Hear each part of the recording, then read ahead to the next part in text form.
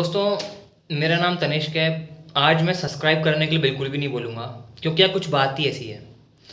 पर शेयर ज़रूर करना इस वीडियो को। एक माँ का सवाल है यार। एक माँ अपने बेटे को खो देगी क्योंकि जो बेटा है उसके ब्लड कैंसर हो रहा है, और माँ और पापा जो है ना, उनके पास इतना फंड नहीं है कि वो बेटे का ट्रीटमेंट करा सके।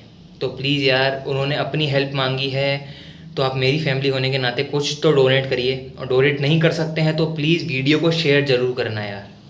आगे से आगे शेयर करो ताकि और लोग देखें, और जो अपने डोनेट करना चाहते हैं वो डोनेट कर सकें। प्लीज़ प्लीज़ प्लीज़ दोस्तों, शेयर करना। सब्सक्राइब मत करना, कोई दिक्कत नहीं है, पर शेयर ज़रूर करना यार। प्लीज़, उसकी फैमिली पूरी हो जाएगी यार। प्लीज़, ओनली 26 डेज़ लेफ्ट है। और पूरी वीडियो देखने के लिए नीचे डिस्क्रिप्शन में लिंक है, तो पूरी वीडियो वहाँ जाके देख लीजिएगा।